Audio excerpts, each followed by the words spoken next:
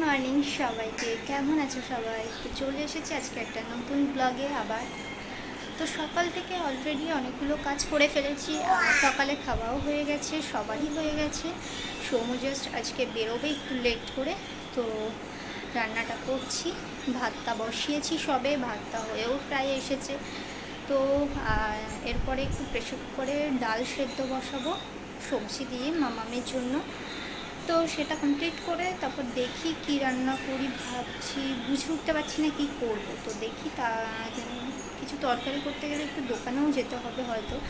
তো দেখা যাক, সৌম্য বাথরুমে গেছে, আসুক, জিজ্ঞাসা করি, দেখি কি বলে, তারপর ঠিক করবো কি রান্না করবো। তবে ডালটা আর ভাতটা আপাতত করেই ফেলেছি।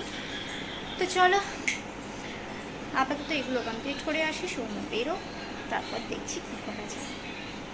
দোকান থেকে ঘুরে চলে এসেছি, দুবার দোকানে যেতে হয়েছে আজকে। যাই হোক, আজকে মাম্মামকে নিয়ে যাইনি, সেই জন্যই একটু তাড়াতাড়ি হয়েছে। ওকে নিয়ে গেলে আরও একটু লেটই হয়। তো আজকে দুবার দোকানে গেছি, দোকান থেকে চলেও এসেছি।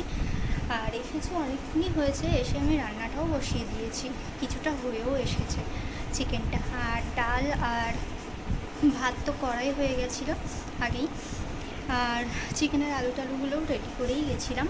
তো সব কিছু রেডি করা ছিল বলে একটু তাড়াতাড়ি হয়েছে, তা নাহলে আজকে আরও লেট হয়ে যেত। তো চলো এই রান্নাটা কমপ্লিট করি। মোটামুটি সব কিছু গোছানোই হয়ে গেছে। মাংসটাই জল দেবো, কষানো হয়ে গেলে ফুটবে, ততক্ষণে আমি মাম্মামকে স্নান করাবো, তারপর নামানোর পর আবার আমিও স্নান করতে যাবো। আপাতত এটাই প্ল্যানিং আছে। যাই হোক, যদি না কোনো কাজ এসে পড়ে আবার, ততক্ষণ এটাই হবে। তো চলো এইগুলো আগে কমপ্লিট করে আসি, তারপর আবার কথা হচ্ছে।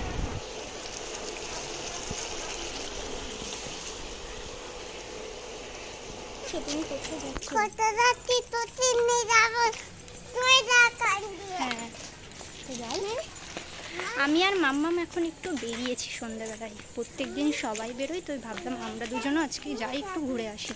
তো আজকে আর সৌম্য যাচ্ছে না, যাচ্ছি আমি আর মাম্মাম শুধু। তো চলো, কিছু কাজও আছে সেগুলো করব, আর একটু ঘোরাও হয়ে যাবে। তো চলো যাওয়া যাক। বাজার থেকে চলে এসেছি, অনেকক্ষণই হয়েছে। হ্যাঁ, তা প্রায় অনেকক্ষণই হয়ে গেছে। এসে আবার মাম্মাম যেহেতু কেক আনতে গেছিলো, সেটা খেলো বসে। তারপরে আবার একটু পড়াশুনো করলো। মানুষ আমি জানি আজ পর্যন্ত বেরোনোর আগে পড়ে নেয়, কিন্তু এখানে উল্টো, ঘুরে এসে তারপর বই নিয়ে বসা হলো।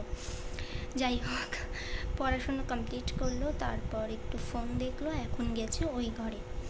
তো ততক্ষণে আমি মামামের জলও গরম করে নিয়েছিলাম, আর দুধটাও গরম করলাম।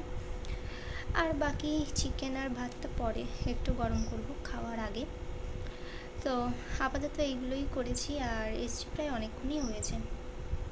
কেকের ওখান থেকে একটু ওষুধের দোকানেও গিয়েছিলাম, সেখান থেকে আসার পথে আবার আরেকজন উইংসের দোকানে গেল। তো তারপর আবার হাঁটতে হাঁটতে দুজনে গল্প করতে করতে চলে এসেছি। তো এখন এই পর্যন্তই থাক, তারপর আবার পরের আপডেট পরে দিচ্ছি, কারণ আপাতত এখনও পর্যন্ত আর কিছু করিনি।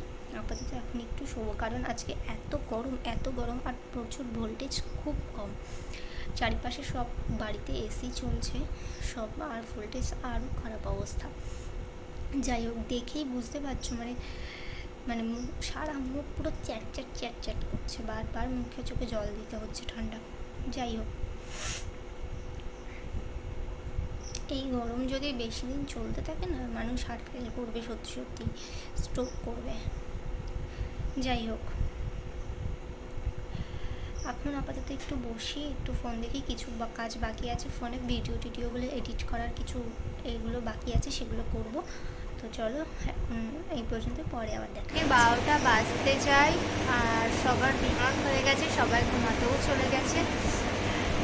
আজকে আমি আর ডিনার করিনি, আর সৌম্য এখনও বাড়িতে আসেনি, ও আসলে ওকে খেতে দেবো।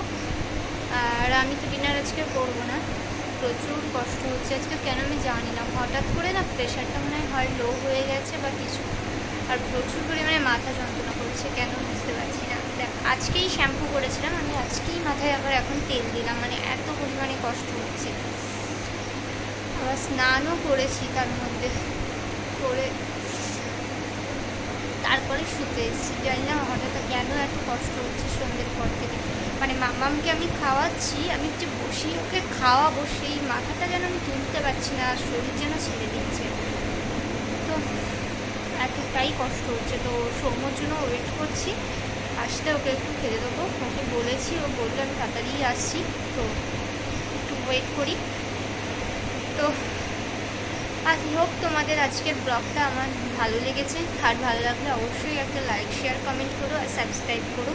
খুব শিগগিরই আবার তোমাদের সঙ্গে নতুন ব্লগে দেখা হবে। আজকের মতো এখানেই শেষ করছি। Good night, by.